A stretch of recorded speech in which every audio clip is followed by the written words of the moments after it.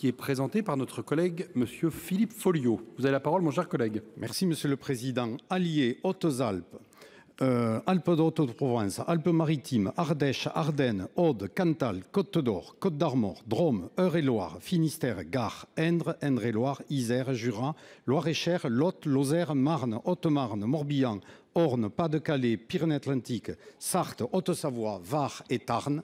C'est la liste des départements qui ont un ou plusieurs médecins propharmaciens.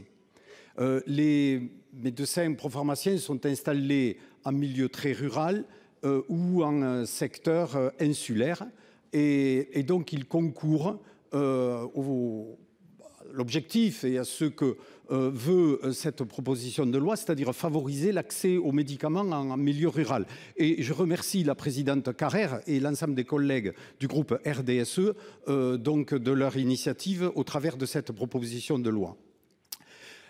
Les propharmacies, les médecins propharmaciens ne sont pas une survivance du passé, mais c'est une des solutions que nous avons à disposition pour faire de telle sorte que nos concitoyens puissent avoir un accès donc aux médicaments dans de bonnes conditions.